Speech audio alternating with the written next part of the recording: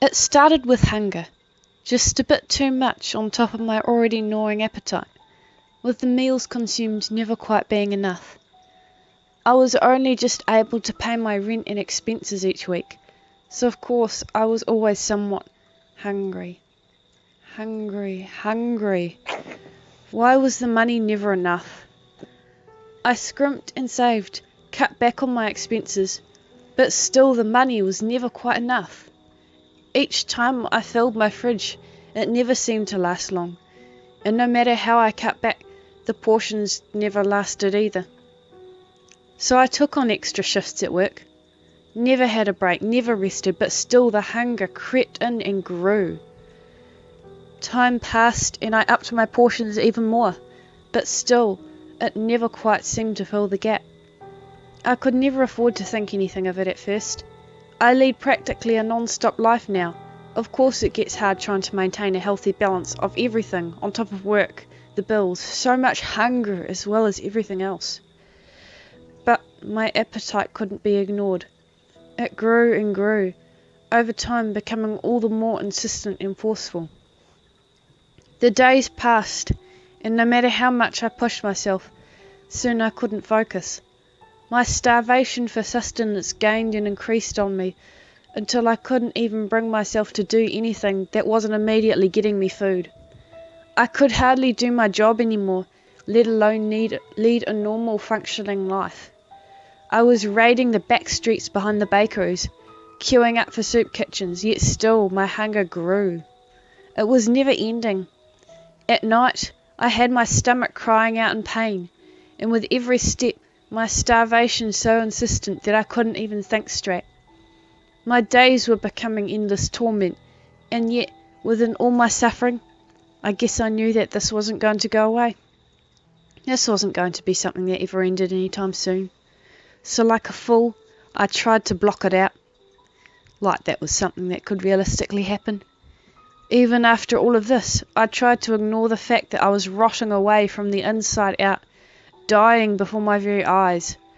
I slaved away, striving to get always more money, selling my soul to pay the bills, food and more food. And then, one day it came. Starvation. You thought that this was bad so far? Well, I was actively working and feeding myself, giving in to every craving and flight of fancy my body thought to throw at me was driving me into the grave. I wasn't even social anymore, and while I was spending my every spare dime on anything that could enter my mouth, it just wasn't enough. One morning though, when I opened my eyes, I knew I couldn't do this anymore. I couldn't even think anymore. I could hardly even breathe. My utter soul cried out, then left and died, and anything left was then consumed away. I need food. Cursed my barely even human limbs, stricken from their lack of feeding for all this time, twitched alive with a life of their own. My ribs bearing jagged, so close to slicing through my parched and starving flesh, drawn tight across my organs that were quickly withering away. I needed food, sustenance, anything. At this point, I don't think I was even fully human anymore. I definitely don't feel human. My legs, completely devoid of any fat, flesh or muscle left, crackled and convulsed underneath me, stabbing like knife points into the sheets. With sunken features and glowing eyes that craved for nutrients, my limbs acted like they were transfixed of their own accord. Spindly and spider-like, my unhallowed shell of a corpse dragged across the bed, the floor, and then out into the hallway. Balancing on bony knife points, I could barely make sense of my surroundings. I felt stricken weak from the hunger, consumed whole to the point of blacking out even. My vision had blacked out to what was only light and dark from the hunger pains, yet my gaze well and truly honed in onto the slightest sound or movement. Food. A stray bird had somehow made its way into the hallway, fallen through a skylight maybe, crashed into a window. Before I even had time to take in what was going on, I was launched down the corridor, barreling down on the noise of the bird's wings flapping against the glass. High above me, 3 meters, maybe more, I didn't even care though. My mind couldn't catch up with the speed I was going at. Flecks of blood were spotting out of my mouth by now, sharpened fangs lengthening against the salivating flesh, scratching fingernails and claws pounding across the carpet. The bird was flapping more frantically now it knew I was coming. And up. I don't even know how I did it, but I had launched myself skywards. My nails had lengthened long into talons by now, or perhaps my desperation had worn the flesh down through the bone. But the sharp points of my fingertips were stabbing themselves up the surface of the wall, digging into every crack and crevice that I couldn't even see with my naked eye.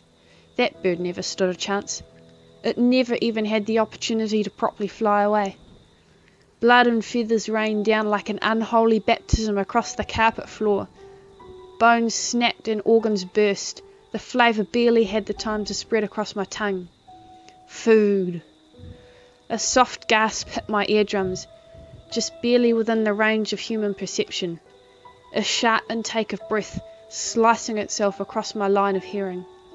Still clinging on to where the side of the wall met the ceiling, my face whipped around, trying to taste the scent of blood and flesh within the air. A young woman, silhouetted against the morning sun with her hand across her mouth, stood transfixed in horror, watching what felt like an eternal bloodbath dripping down from my talons and more.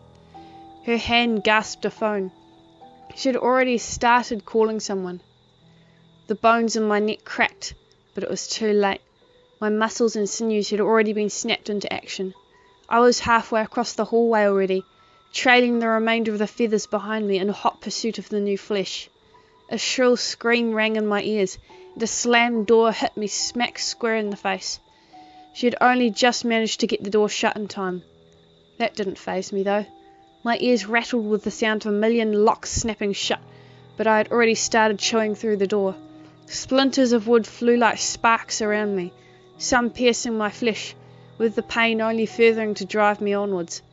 The remains of the door couldn't hold me for long, but when I burst through, she was no longer there. The small apartment set the scene before me, with a window wide open.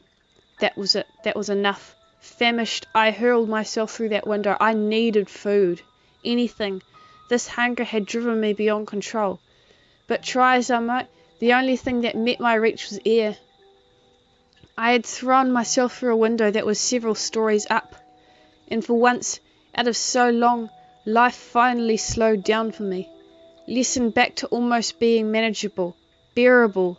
The sensation of the cold, thin air, and nothing else all around me was jarring and alien. Sirens and screams and honking horns, the sounds of the city clamoured in my ears, and I could feel my limbs windmilling wildly, scrabbling, searching for anything to grasp onto. More sirens and more, until the world sped up when I inevitably hit the ground. Pain! But it never stopped me. It couldn't stop me. Nothing ever would. Crazed beyond recognition, I dragged myself to my hands and knees, fueled on by the smell of a nearby bakery in the air. In this state I couldn't even locate to find it, not through this never-ending maze of road and traffic and city layout, but I could follow my nose, which left little choice because I had already forced myself onwards. Over a truck, through a fence, down a back alleyway and up and across another fence. The closest I could get myself was to the dumpster out the back, but to me that was more than enough. I practically chewed a hole right through it, and I hardly even remember what was in it, except that it could be consumed and was already halfway in me. I ate and I ate. It was more than enough, yet it could never quite fill me at the same time. And before I could stop myself, I had already consumed the brick wall leading into the shop. People screamed and ran out. The head chef took a swing at me with his frying pan, but it never even registered to me.